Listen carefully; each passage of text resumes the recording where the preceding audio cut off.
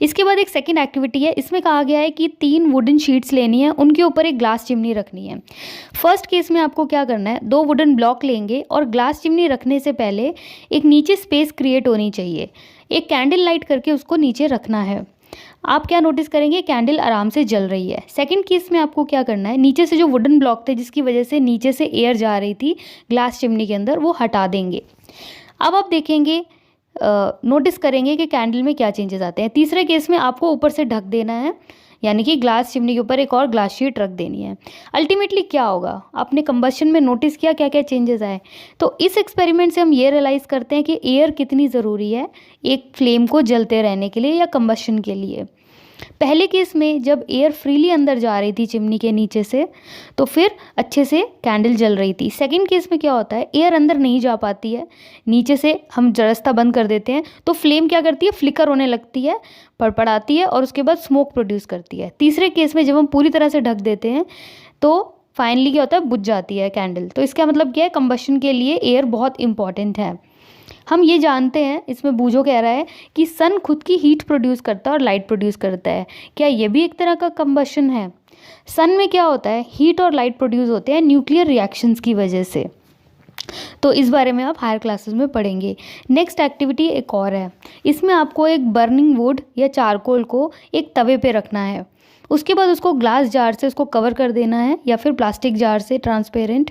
फिर आपको ऑब्जर्व करना है क्या होगा, क्या चारकोल बर्न होना स्टॉप हो जाएगा कुछ टाइम के बाद, और अगर होता है तो ऐसा क्यों होता है।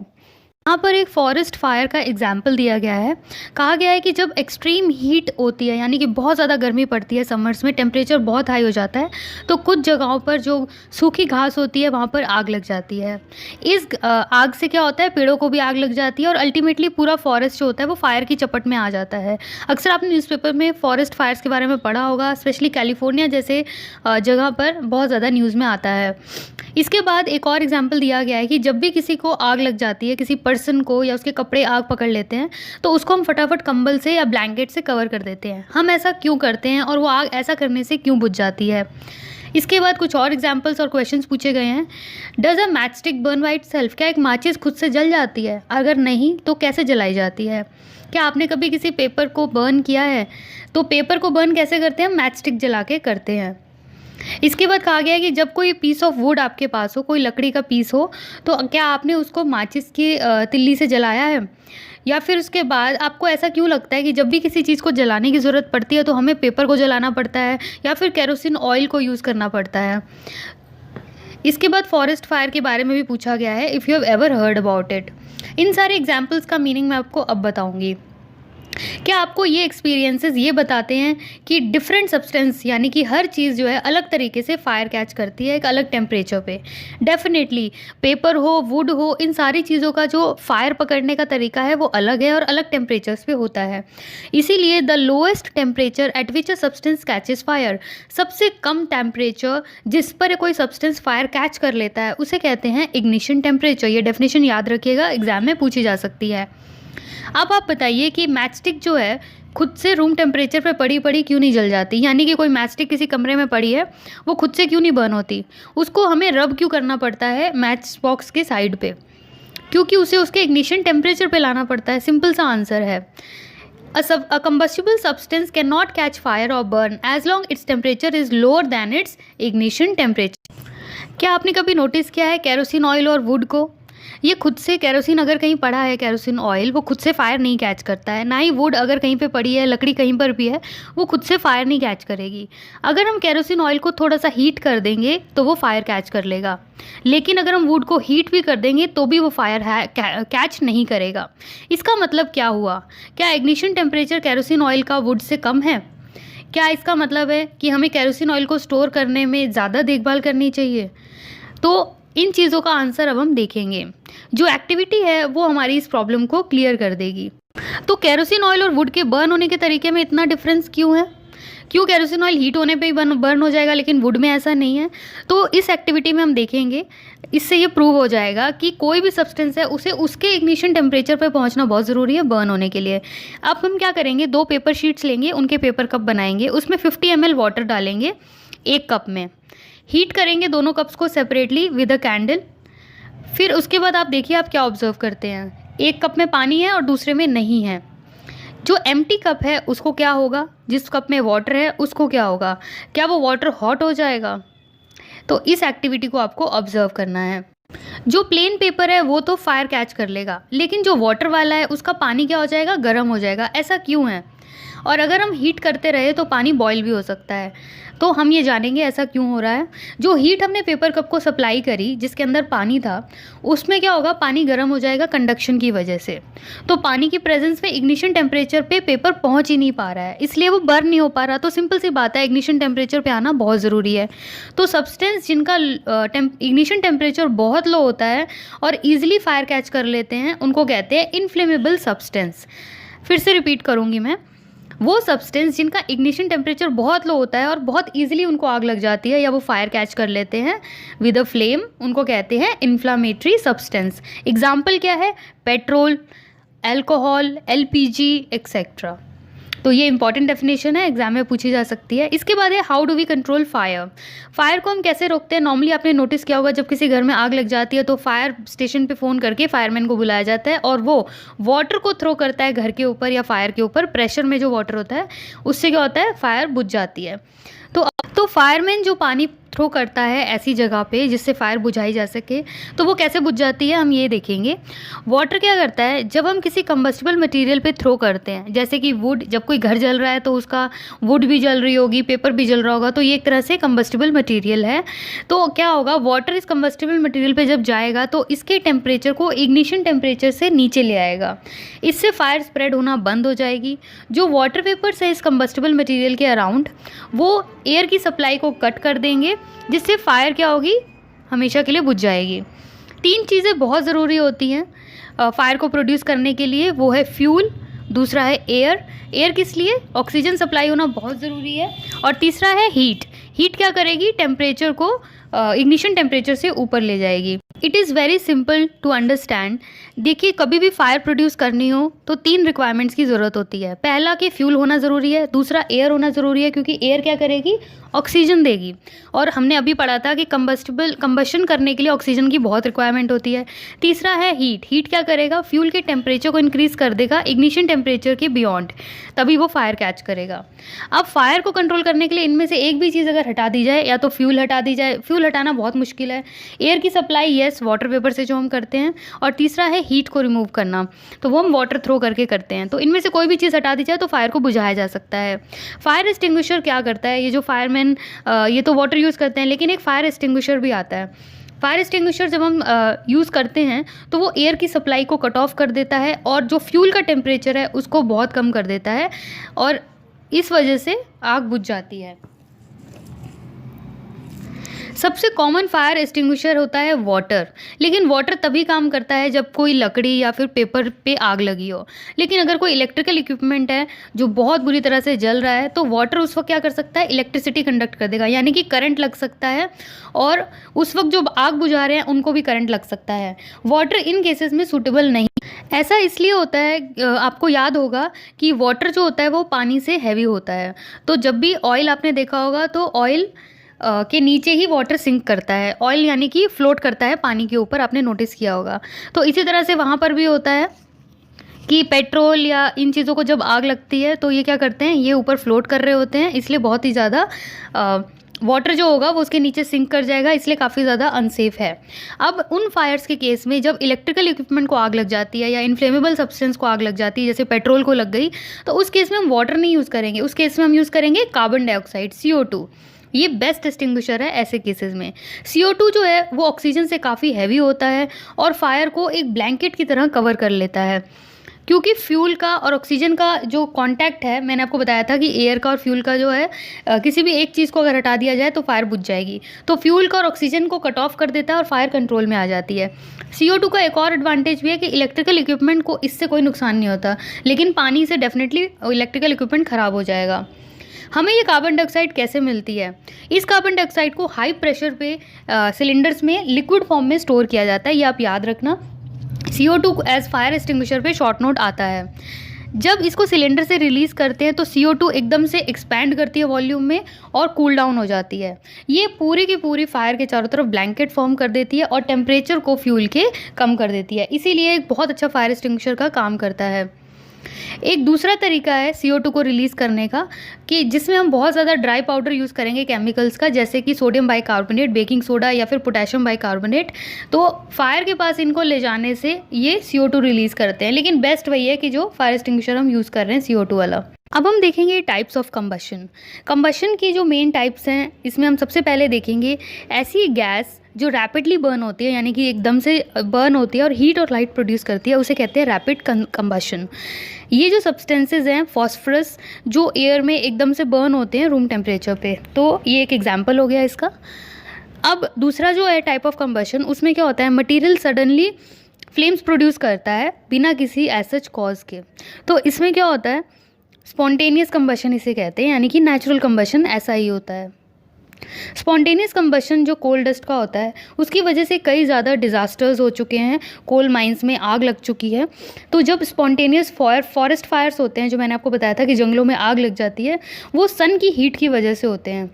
सन की हीट की वजह से या फिर कभी कभी लाइटनिंग आ जाती है, बिजली कड़कती है, उसकी वजह से भी फॉरेस्ट फायर लग जाते हैं। मोस्टली फॉरेस्ट फायर्स में ह्यूमन बींग्स की केयरलेसनेस होती है, इसलिए हमें ध्यान रखना चाहिए कि जो भी हम कैंप फायर्स वगैरह करते हैं तो उसमें हम जो है फायर को अच्छे से बुझा के पिकनिक के बाद तभी जाएं, नहीं तो फॉरेस्ट में आग लग सकती है। Now we will see explosion किसे कहते हैं। एक्सप्लोजन, आपने कभी दिवाली पे पटाखे फोड़े ही होंगे। जब आप एक पटाखे को फोड़ते हैं, उस पे आग लगाते हैं, तो एकदम से आप क्या ऑब्जर्व करते हैं, खूब सारी लाइट दिखती है आपको, हीट निकलती है और एकदम से साउंड आती है जब पटाखा फटता है, और उसके साथ साथ एक लार्ज अमाउंट ऑफ गैस भी प्रोड्यूस होती है इस रिएक्शन में। इस रिएक्शन को एक्सप्लोजन कहते हैं। एक्सप्लोजन तब भी हो सकता है जब आप क्रैकर के ऊपर प्रेशर अप्लाई करेंगे। इसके बाद हम देखेंगे फ्लेम के बारे में। आपने फ्लेम देखी होगी, चाहे वो गैस की स्टोव की फ्लेम हो या फिर कैंडल की फ्लेम हो। तो ये जो फ्लेम है, इसके बारे में हम पढ़ेंगे। यहाँ पे एक टेबल दिया गया है जिसमें पूछा गया है इनमें से ये जो मटेरियल्स हैं, इनमें से कौन से फ्लेम प्रोड्यूस करते हैं और कौन से नहीं करते हैं। तो कैंडल, मैग्नीशियम, कैम्फर यानी कि कपूर जो मंदिर में आपकी मम्मी यूज़ करती होंगी, आप पूछना उनसे, केरोसिन स्टोव और चारकोल। इसके बाद सरफेस ऑफ अ फ्लेम हम स्ट्रक्चर ऑफ फ्लेम देखेंगे हम। सबसे पहले इसमें आपको स्ट्रक्चर देखने के लिए क्या करना है, कैंडल को लाइट करना है। बहुत केयरफुल रहिएगा, आप किसी बड़े की प्रेजेंस में करिएगा। इसमें आपको एक ग्लास ट्यूब यूज़ करनी है, उसको एक टोंग से कैरी करना, क्योंकि टेस्ट ट्यूब अगर हीट होगी तो आपकी उंगलियां जल सकती हैं। इसको आपको क्या करना है, जो कैंडल का डार्क जोन है उसके एक एंड में टेस्ट ट्यूब को वहाँ पे टच करवाना है, और जो नॉन फ्लिकरिंग कैंडल फ्लेम है उस पर होना चाहिए। इसके बाद आपको एक माचिस को तिल्ली लानी है, उसको जलाना है, और दूसरे एंड पे आपको ग्लास ट्यूब के उस माचिस को जलाना है। अब आप क्या नोटिस कर रहे हैं, दोनों एंड पे आपको नोटिस करना है कि क्या चेंजेस आते हैं। क्या आपको लगता है कि यहाँ पे फायर कैच कर सकता है? अगर ऐसा है तो क्या वो फ्लेम प्रोड्यूस करेगा? और आपको ये भी देखना है कि जिस तरफ आपने ये टेस्ट ट्यूब पकड़िया उस तरफ क्या वैक्स ज़्यादा जल्दी पिघल रही है। तो ये सब चीज़ें आपको नोटिस करनी है। तो नीचे फिर बताया गया है कि the substances which vaporise during burning give flames, यानी कि ऐसा सब्सटेंस जिसके वेपर्स रिलीज होते हैं जलने के टाइम पे, उसमें से फ्लेम्स ज़रूर निकलते हैं। फॉर एग्जाम्पल कैरोसिन ऑयल आप ले लीजिए। कैरोसिन ऑयल और मॉल्टन वैक्स वो हमेशा ही वेपराइज होते हैं बर्निंग के टाइम पे और फ्लेम प्रोड्यूस करते हैं। दूसरा है चारकोल। लेकिन चारकोल ऐसी चीज़ है जो वेपराइज नहीं होता, यानी अगर ये वेपराइज नहीं हो रहा तो क्या होगा, फ्लेम बिल्कुल प्रोड्यूस नहीं होगा। Now we will see what kind of substances give flames. वो सब्सटेंसेज जो बर्निंग के टाइम पे बर्न होते वक्त वेपराइज करते हैं वही फ्लेम्स प्रोड्यूस करते हैं। फॉर एग्जाम्पल जब आप कैरोसिन ऑयल को जलाएंगे तो क्या होगा, वेपराइज करेगा तो डेफिनेटली फ्लेम्स देगा। फिर उसके बाद मॉल्टन वैक्स के केस में भी यही होता है। तो दूसरी केस में क्या है, चारकोल। चारकोल के केस में क्या होता है, कोई वेपराइजेशन नहीं होता, इसका मतलब ये कोई फ्लेम्स प्रोड्यूस नहीं करेगा। तो वैक्स के जो वेपर्स हैं, यहाँ पे कैंडल में देखिए वैक्स होती है, मोम होता है, ये जब पिघलता है क्या उससे वेपर्स रिलीज हो रहे होते हैं जिसकी वजह से फ्लेम प्रोड्यूस हो रहा है, ये हम नोटिस करेंगे। फ्लेम के बारे में आपको एक और एक्टिविटी करनी है। आपको एक कैंडल लेना है जो जल रही है और फ्लेम बिल्कुल नॉर्मल स्पीड पे जल रही है। आपको एक ग्लास स्लाइड लेनी है, टोंग से पकड़ के उसको फ्लेम के ऊपर ले आना है। फिर उसके बाद 10 सेकंड्स तक पकड़े रहो, फिर हटा दो। स्लाइड्स में देखना क्या होगा, जो ग्लास स्लाइड है उसके ऊपर एक ब्लैक कलर की रिंग बन जाएगी। ये रिंग होती क्या है, तो ये क्या है, अनबर्न्ड कार्बन पार्टिकल्स हैं। तो ये डिपॉजिट हो जाते हैं स्लाइड के ऊपर। ये जो पार्टिकल्स होते हैं ये ल्यूमिनस जोन में होते हैं, यानी कि ये जो लाइटेंड जोन है। इसके बाद एक और एक्सपेरिमेंट दिया गया है, एक थिन लॉन्ग कॉपर वायर लेनी है आपको और उसको नॉन ल्यूमिनस जोन में डालना है। अभी हमने ऊपर क्या किया था, ल्यूमिनस जोन में डाला है जो लाइटेंड है। दूसरा हमें क्या करना है, नॉन ल्यूमिनस जोन में डालना है फ्लेम के 30 सेकेंड्स तक के लिए। फिर आप नोटिस करेंगे जो कॉपर का पोर्शन फ्लेम के बाहर है वो रेड हॉट हो जाएगा। तो क्या हम इससे ये रियलाइज़ कर सकते हैं कि नॉन ल्यूमिनस जोन में जब हम फ्लेम होती है तो उसका टेम्परेचर ज़्यादा होता है। इनफैक्ट उस फ्लेम का जो पार्ट होता है वो सबसे ज़्यादा हॉटेस्ट माना जाता है। ये देखिए आप फ्लेम जो है कैंडल की, उसके कुछ पार्ट्स, सबसे हॉटेस्ट पार्ट आपको दिख रहा होगा, सबसे ये जो रेडिश पार्ट है। उसके बाद आउटर जोन जो है कंप्लीट कंबशन जो होता है ब्लू कलर का। फिर उसके बाद मॉडरेटली हॉट होता है ये जो सेंटर का पार्ट है। सबसे कम हॉट कौन सा होता है, लीस्ट हॉट, वो देखिए जहाँ पे जो मोम की बत्ती है उसके पास का जो एरिया है। फिर इसके ऊपर है मिडिल जोन पार्शियल कंबशन, जहाँ पे बहुत कम कंबशन है, वो भी येलो कलर का होता है। फिर उसके बाद इनर मोस्ट जोन जो है जहाँ पे अनबर्नड वैक्स है, यानी कि आप बत्ती के नीचे देखते होंगे वहाँ वैक्स नहीं बर्न हो रही है बल्कि साइड्स में ज़्यादा हो रही है, तो डेफिनेटली वहाँ पे क्या होगा, वहाँ पे अनबर्नड वैक्स वेपर्स होंगे और वो इनर मोस्ट जोन है। तो फिर से हम कंक्लूजन देख लेते हैं। यहाँ पर हमने ग्लास लाइट के केस में जब किया तो हमने इसको कहाँ रखा था, ल्यूमिनस जोन में रखा था। तो यहाँ पे क्या हुआ था, रिंग ऑब्जर्व हुई थी। लेकिन जब हमने इसको नॉन ल्यूमिनस जोन में रखा तो क्या हुआ, यहाँ पर पूरी की पूरी कॉपर की जो वायर है वो हीट हो गई, रेड हॉट हो गई। तो जो नॉन ल्यूमिनस पार्ट होता है किसी भी फ्लेम का, उसका टेम्परेचर बहुत ज़्यादा होता है, यानी कि वो सबसे हॉटेस्ट होता है। एग्जाम में पूछा जाएगा। अब क्या होता है, आपने देखा होगा जो भी गोल्ड की ज्वेलरी की शॉप्स होती हैं वहाँ पे जो गोल्ड स्मिथ्स होते हैं वो सबसे आउटर मोस्ट जोन जो होता है फ्लेम का उसको फूंक मारते हैं जब भी कोई गोल्ड या सिल्वर को मेल्ट करना होता है। तो ऐसा क्यों है कि वो सबसे आउटर मोस्ट जोन यूज़ कर रहे हैं फ्लेम का। आपने ऊपर डायग्राम में देखा होगा हॉटेस्ट पार्ट कहाँ है, आउटर की तरफ है, ना कि इनर की तरफ। तो डेफिनेटली यही कारण होगा। Now we will see what is a fuel. कोई भी ऐसा सोर्स ऑफ हीट एनर्जी, यानी कि ऐसी जगह, ऐसी सोर्स जहाँ से हीट एनर्जी रिलीज हो रही हो, चाहे वो हम डोमेस्टिक पर्पस के लिए यूज़ कर रहे हो, घरेलू काम के लिए, या फिर इंडस्ट्रियल यानी कि फैक्ट्रीज़ के लिए, जैसे कि वुड, चारकोल, पेट्रोल, केरोसिन। तो इन सारे सब्सटेंसेस को फ्यूल्स कहते हैं। एक गुड फ्यूल की क्या निशानी है, वो फ्यूल जो बहुत ही ईजिली अवेलेबल हो, जो बहुत ही सस्ता हो और जो मॉडरेट रेट पे बर्न भी होता हो। ऑल्सो ये भी कंडीशन है कि large amount of heat produce करता हो और जब वो बर्न हो जाए तो कोई भी अनडिज़ायरेबल रेजिड्यू ना छोड़े। अगर देखा जाए तो आइडियल फ्यूल क्या है, कोई भी ऐसा फ्यूल नहीं है जिसको हम आइडियली कह सकें, क्योंकि कोई ना कोई कमी सब में होती है। लेकिन हमें ऐसा फ्यूल ढूंढना चाहिए जो ज़्यादा से ज़्यादा रिक्वायरमेंट्स को पूरा कर सके। इसके बाद हम देखेंगे fuel efficiency, amount of heat energy produced on complete combustion of 1 kg of fuel, यानी कि इतनी हीट एनर्जी जो 1 किलो फ्यूल को कंप्लीटली कंबशन में बर्न कर दे, उसको कहते हैं कैलोरीफिक वैल्यू। कैलोरीफिक वैल्यू जो होती है किसी फ्यूल की, उसको हम एक यूनिट में एक्सप्रेस करते हैं जिसे कहते हैं किलोजूल पर केजी। इसके बाद टेबल में कई सारे फ्यूल्स की कैलोरीफिक वैल्यू दी गई है, cow dung cake, wood, coal, petrol, kerosene, diesel, methane, CNG, LPG, biogas, hydrogen. Next topic है burning of fuel leads to harmful products, यानी कि फ्यूल्स के बर्न होने से कई सारे हार्मफुल प्रोडक्ट्स प्रोड्यूस होते हैं। जब हम फ्यूल कंजम्पशन को बहुत ज़्यादा कंज्यूम करने लगते हैं तो एनवायरनमेंट को काफ़ी नुकसान होता है। जैसे कि कार्बन फ्यूल्स जो होते हैं, वुड, कोल, पेट्रोलियम, ये सब क्या करते हैं, अनबर्न्ड कार्बन पार्टिकल्स को रिलीज़ करते हैं। ये जो फाइन पार्टिकल्स हैं ये एनवायरनमेंट में जाते हैं, एयर पॉल्यूशन कॉज करते हैं और इन पॉल्यूटेंट से लोगों को सांस की बीमारियां, अस्थमा जैसी प्रॉब्लम्स हो जाती हैं। जब हम किसी फ्यूल का इनकम्प्लीट कंबशन करते हैं तो कार्बन मोनोऑक्साइड रिलीज़ होती है। कार्बन मोनोऑक्साइड एक बहुत ही पॉइजनस गैस है, बहुत ही जहरीली।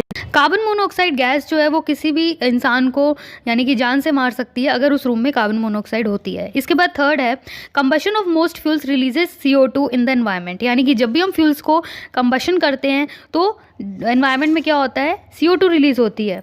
तो ज़्यादा एनवायरनमेंट में CO2 के बढ़ने से मैंने आपको एक वीडियो में समझाया था इस बारे में, ग्लोबल वार्मिंग के बारे में। आप इकोसिस्टम की वो वीडियोज़ दे सकते हैं प्लेलिस्ट में जाकर।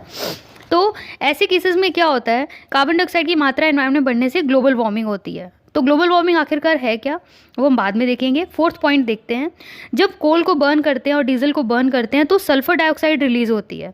ये बहुत ही ज़्यादा सफोकेट करने वाली और कोरोसिव गैस होती है। कुछ ऑटोमोबाइल्स भी हैं जो सल्फर डाइऑक्साइड रिलीज करते हैं। तो ये जब सल्फर और नाइट्रोजन, ये जो गैसेज है, जब ये ऑक्साइड्स बनाती हैं तो ये रेन वाटर में जाकर एसिड्स बनाती है और अल्टीमेटली क्या हो जाता है, एसिड रेन होती है, जो क्रॉप्स के लिए, बिल्डिंग्स के लिए, सॉइल के लिए बहुत ही ज़्यादा हार्मफुल है। सॉइल की फर्टिलिटी चली जाती है, बिल्डिंग्स के कलर चेंज हो जाते हैं और क्रॉप्स को भी बहुत नुकसान होता है। एसिड रेन पे एक अलग से वीडियो बनी है जिसका लिंक डिस्क्रिप्शन बॉक्स में दिया गया, आप उस वीडियो को ज़रूर देखिएगा, आपको बहुत अच्छे से एसिड रेन समझ में आ जाएगा। डीजल और पेट्रोल का जब हम फ्यूल्स की तरह ऑटोमोबाइल्स में यानी कि गाड़ियों में यूज़ करते हैं तो प्रिफर करना चाहिए हमें कि हम CNG यूज़ करें। CNG यानी कि कंप्रेस्ड नेचुरल गैस, क्योंकि CNG जो है वो हार्मफुल प्रोडक्ट्स को प्रोड्यूस तो करता है लेकिन इतने कम अमाउंट में करता है कि वो एनवायरनमेंट को ज़्यादा नुकसान नहीं पहुंचाते, इसीलिए CNG को एक क्लीनर फ्यूल भी कहा जाता है। ग्लोबल वार्मिंग देखते हैं, इस बॉक्स में लिखा है ग्लोबल वार्मिंग क्या होती है। वार्मिंग यानी कि टेम्परेचर का बढ़ना। तो हमारे एटमॉस्फेयर का जब टेम्परेचर इतना बढ़ जाए कि वो हमारे एनवायरनमेंट के लिए नुकसानदायक हो, अर्थ के लिए नुकसानदायक हो, जो ग्लेशियर पे बर्फ़ है वो पिघल जाए और पूरा जो सी लेवल है, देखिए जब वो पानी पिघलेगा तो क्या होगा, समुद्रों में आएगा। तो इस समुद्र में जब ये पानी आएगा तो सी लेवल बढ़ जाएगा, तो अल्टीमेटली कोस्टल एरिया में जो लोग रह रहे हैं वहाँ पे बाढ़ आ सकती है, लोगों की डेथ हो सकती है। तो अल्टीमेटली ग्लोबल वार्मिंग एक बहुत बड़ा इशू है। तो वीडियो यहीं खत्म होती है। आई होप आपको सारा कुछ